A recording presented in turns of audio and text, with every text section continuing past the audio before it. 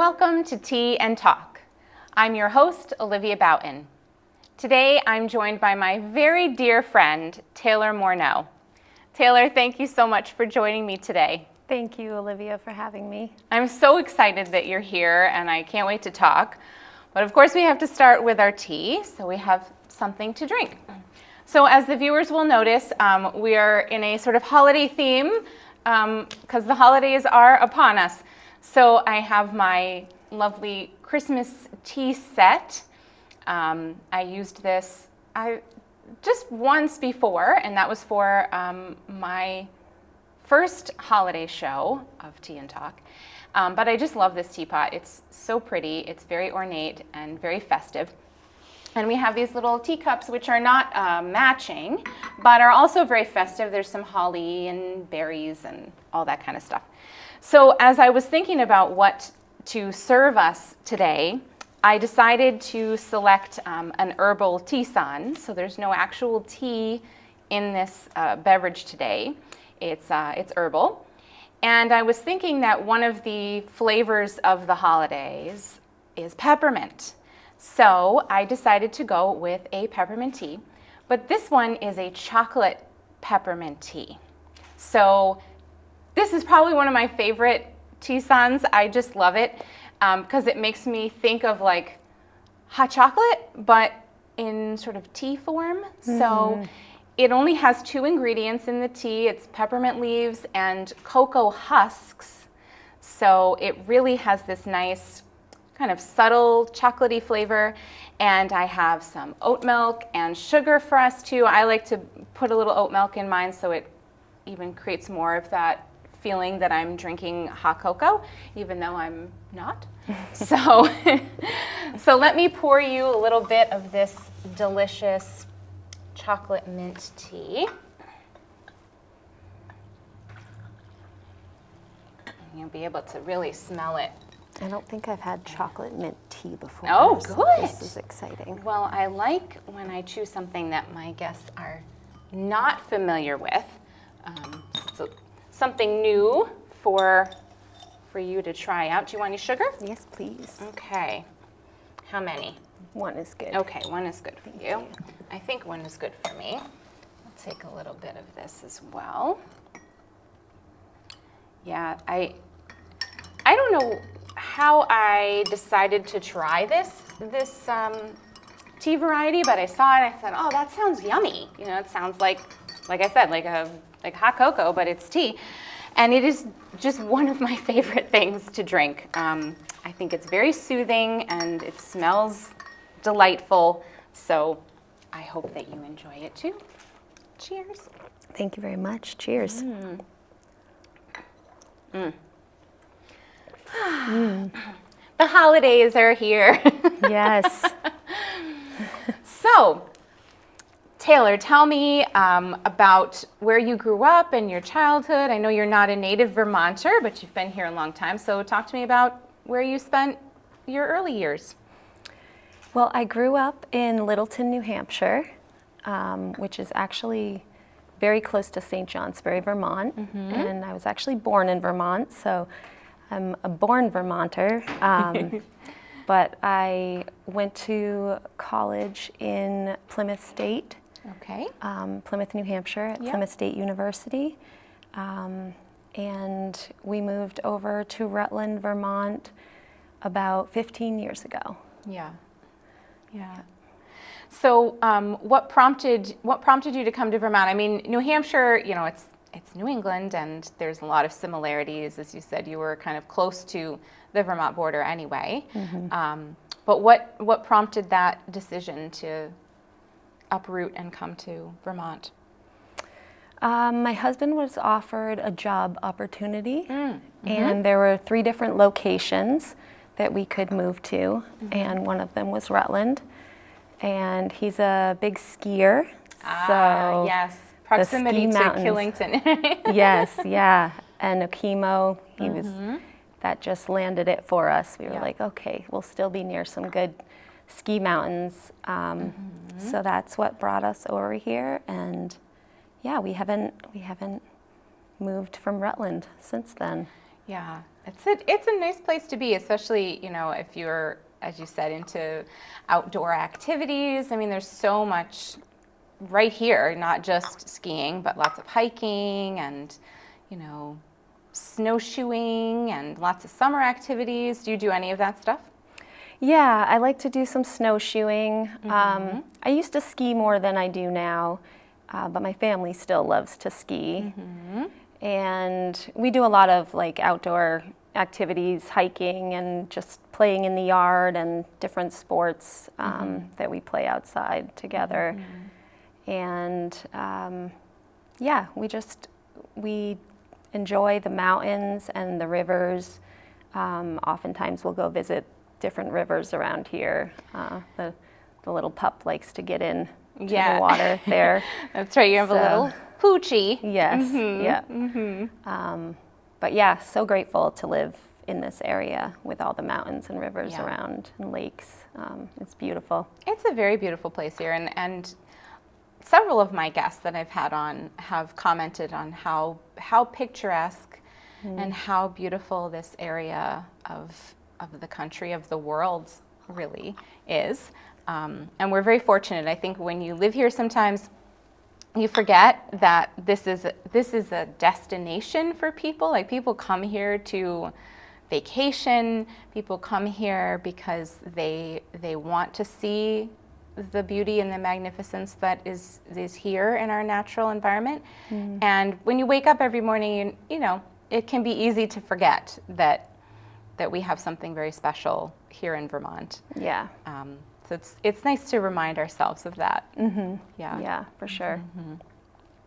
So what did you study when you went to Plymouth State College? Let's talk about that. I studied psychology. I graduated with a BA in psychology, and I had planned to do something with art or music therapy, but my path has changed.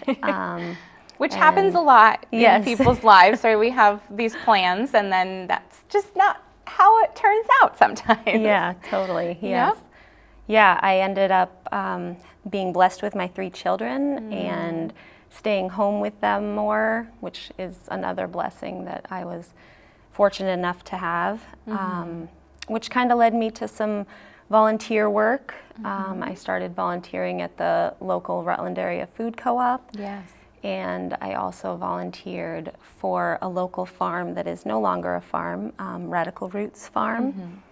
And I did a working farm share with them for a while, and that was amazing, which also started to develop my love for farming, which I didn't know I had.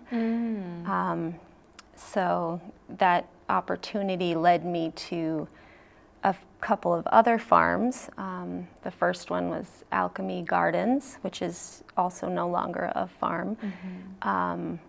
And I worked at the farmers market for them for a couple of different years. And then that led me to Evening Song Farm, which is where I am now. And I've been a farmer for Evening Song for almost 7 years now. Is it 7 years already? Wow. Yeah, I'm starting my 7th year. I'm in the 7th now. Wow. That's amazing. Yeah. That's really incredible, because I feel like you've been there for a while, right, from my perspective, but that's a good long time to be in a place, and I know it's something that you really enjoy. What's your favorite part about farm work? I guess my favorite part is being outside. That's just something I'm really fortunate to have, is a job outside. And right now it's a little chilly outside, but we're starting to be inside more and more. And we'll harvest food throughout the winter and in the greenhouses, and still provide to our CSA members for a bit longer. But yeah, I feel like just working outside and it's constantly changing what I'm doing. So sometimes I'm harvesting vegetables, sometimes I'm planting vegetables, sometimes we're weeding, and there's a lot of like washing and bagging of the greens. We pack wholesale orders for different businesses in the community, both in Rutland, Shrewsbury, and Ludlow. And so just all of that variety in my job is really what I love about it. There's no task that is boring. It's all really interactive, on your feet, touching the vegetables and the dirt, and all of that is just really healing and gives great energy back to me. So, yeah. I'm just sitting here listening to you talking about your work makes me realize how much goes into, getting food to, myself or anybody who's going to purchase it and eat it. And it's a lot more than somebody like myself who doesn't do that on a regular basis would think. There's a lot of labor, and I think that's why, right? Farmers are always keeping like crazy hours, and and you work when you have to, right? And when things are ready to be harvested, then you have to harvest them. It's not like, oh well, I'll get to it later, right? There's a certain urgency, in a sense, of doing things when the time is right to do them, and it's a lot of different tasks. It's neat to hear you describing what you're doing, because it's not something I think most of us are just conscious of, Yeah, it's really been wonderful to have that job, and and my bosses are amazing. They're just some of the most wonderful people I've ever been in contact with, so that is why I continue there as well. Yeah. The job and the employees and the bosses are the people. The people there are amazing. Yep. Yeah. Yeah. So we've known each other a long time. I don't know how long. Yeah. Gosh, It's maybe been a while. Maybe 13 years. I was gonna say maybe somewhere around when your second child was born. Yeah, that was when I moved over here. Yeah. He's 15 now. Okay. Yeah. So right, I remember that he was little. Yeah. And when we first met, and we met because of music. So you had mentioned earlier that originally your career path in your mind was to do some sort of art or music therapy. So talk to me about your interest in music, because I know we know each other through singing things. So how did that start for you, and why is it something that you still try to pursue in some fashion? I started loving music when I was a child, and just in chorus at school. And then I quickly got involved in musical theater in school, and in high school, and in my community musical theater as well. There was a cappella group I was part of in high school that was not affiliated with the high school, it was separate, and that was probably one of the best musical experiences I've had, is singing with those girls. Was really awesome. And then in college I did some musical theater as well, and some voice lessons there. And eventually, when I moved back over here, when I moved over here, I started realizing that I had stopped music for a few years to be mom. And that happens. Yes. And I would sing at home too, and sing to them, but I hadn't performed in quite a while. And so I was looking for a local community choir, and that's when I found the Ladies' Night Out Choir, which is where I met you. Yes. Yeah. And eventually, you and I just decided we were great friends, and we started to do, I think you invited me to do some duets with you at your church. And yeah, then that evolved into some Christmas caroling we did. I know, I'm sitting few here different thinking of, years. you know, we're here at the holiday episode, and we, for many years, went around in little like elf hats and festive gear, singing for all kinds of stuff. Yes. Yeah. Yeah. Yeah. It was a lot of fun. It was a lot of fun. Yeah. It was a lot of fun. It was a lot of fun. I specifically remember in Killington, Yes. a time where we went to some Yes. stores and Yes. actually had people follow us, and Yes. that was really Yes. exciting to Yeah. see how just singing some Christmas carols really brought out some good brought some energy joy in to people. Yeah. Made Yeah. people smile and kind of break up the usual pattern of people's days. You know, I don't think we're done with that either. I don't think we're done with that. Yeah. No. We will do that again. I am sure of that. Yeah. I am sure of that. Yeah. We even did that a little bit when you were pregnant with your yes. youngest. I remember rehearsing together. You know, and you were quite pregnant at that Yes. time. Yeah. Yeah, I think my youngest, who's now 9, I think she watched one of our performances, but she was Yes. real little, Yes. like maybe a year or Yes. so. Yes. Yes. At the Tree Festival in Yes, Killington. up on Killington. Yeah. Yeah. We sang at the Tree Festival several years actually. Yeah.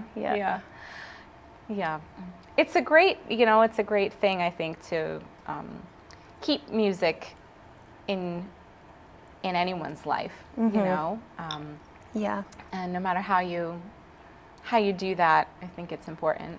I mean, of course I think it's important. Yeah. I mean, but I do think that, just like we were saying, to see how music inspires people or just lifts their spirit is really rewarding, and I think speaks to the power of music and art in general.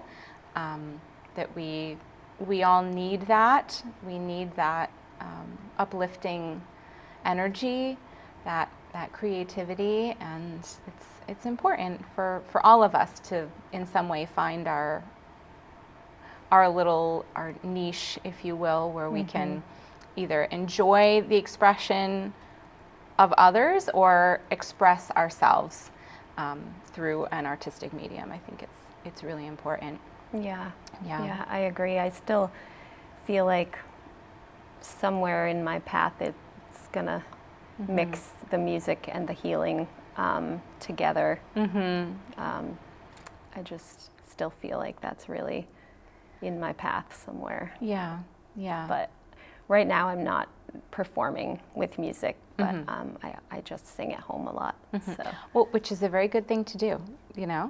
And keep it going, bring some joy to yourself and your family and, the pooch. yeah, yes.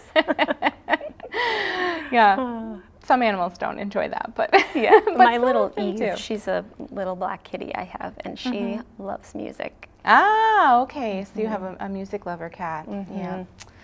Very nice. Very nice. I've known a few of those over my life. Yes. Very, very sweet. Yeah. Yeah. So, gosh, I mean, I feel like, we could just keep talking, keep reminiscing about all the things that we have done together, and, take up tons of time.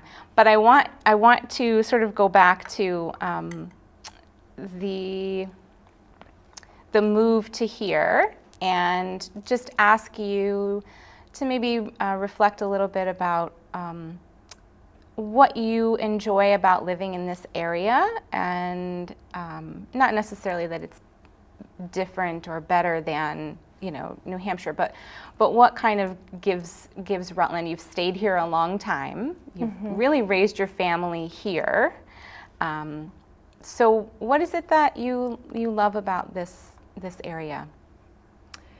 I think what I love about this area is, of course, the beauty, but as well the community vibe that is here, which also is connected to the local food movement, I feel. And I just wasn't aware of local food in my hometown or in New Hampshire. I know it was available. I just wasn't aware of it. And so moving over here really opened up my eyes about local food and farming and just the community and how to make food more accessible for the community with different programs like Brock and VFFC and the pharmacy program. Those are really great opportunities for local food to get to the local people. And I just feel like that's really important for community and for our environment and for the local economy. Yeah, and it just feels like just a lot of like sharing and different companies working together to provide these things and come up with solutions on how to get food to people easier. And that, I just really have enjoyed that a lot. Yeah, there's a lot of kind of participation among the farming community and the growers of food here within the Rutland County area. All the things that you were mentioning, I think people have that mindset of helping others as well and working together to accomplish common goals, which is a really nice, positive community aspect of being here and being in a smaller place. Not that Rutland is tiny, but you come to know your neighbors, you come to know the people that are sharing this community with you, and I think that inspires people to want to help each other in a different kind of way than if you're living in a more metropolitan area where you have that disconnect sometimes. Yeah. So you've been a vegan for a long time. Yeah, 15 years. Okay, all right. So talk to me about that and whether that is difficult, challenging, how you have come to stay on that path. I would say that now it's very easy. It comes very naturally, and I don't have to think about it anymore. But there was a time where there wasn't as many options, and we were also learning how to make food taste the way we want it to taste, with the vegetables and grains.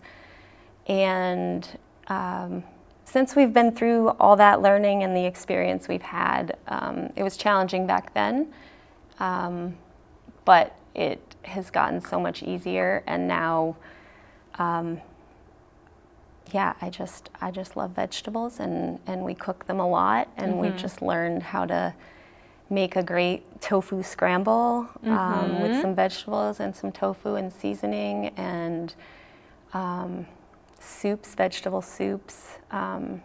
It was a big learning curve, and now we've come around, and it's much simpler.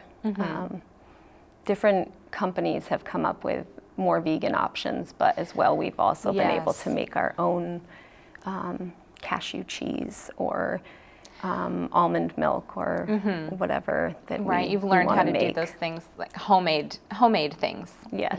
Yeah.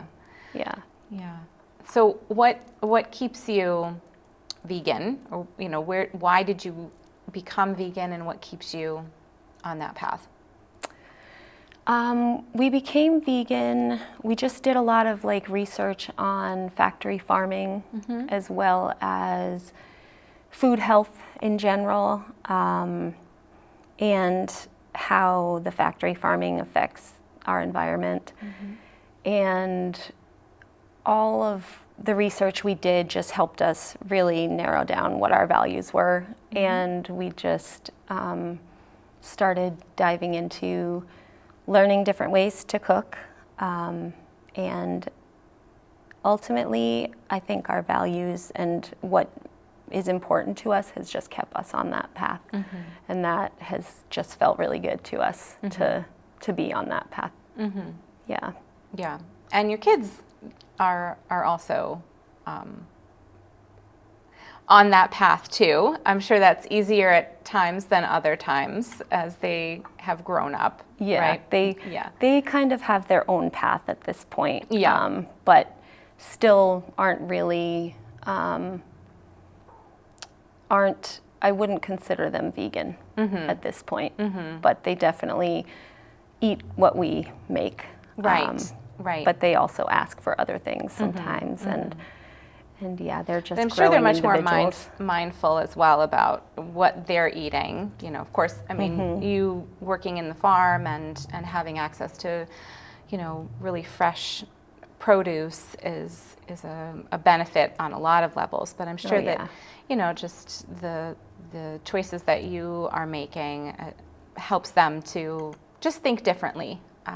You know, even if they make different choices, that they're mindful probably in a different way than they would be if you weren't on the path that you're on. Yeah, yeah. I think that we've taught a lot of different lessons, and they were vegan for a while when they were younger, and now that one of them is an adult actually, and the other one is a teenager, they kind of do what they want, and that's okay with us. But that's what I mean. That's what happens with kids anyway. Yeah, right? Especially teenagers. Oh gosh, yes, yeah. I'm sure our parents would say the same kinds of things. Well, you know, they go their own way. That you hit that certain age, and then you know it almost doesn't matter.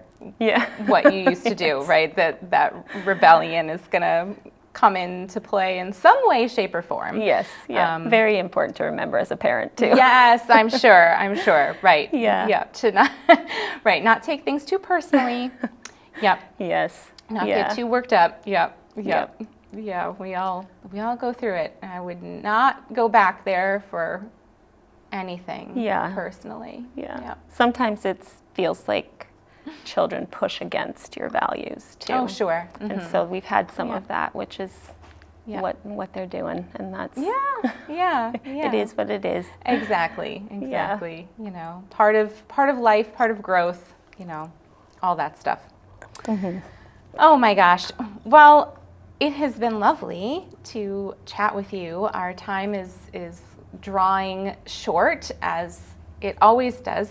The time goes very, very quickly. Yes. You know, I feel like I say the same thing every single show. Like, oh my gosh, we could sit here for another, you know, half hour easily, but it just flies by. And I mean, we've known each other for a long time, so it's very, very easy to chat and feel like there's lots more we could talk about. Yes. Yes, I agree. Yeah. But it's so good of you to come on and share a little tea with me and share a little bit about yourself with me and with our viewers.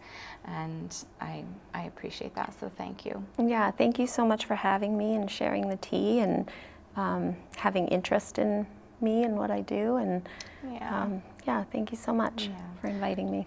Absolutely. Well, you're my very dear friend, and you know, cheers to that. Cheers to our friendship. Cheers, yeah. And thank you for watching us today, and I will see you next time on Tea and Talk.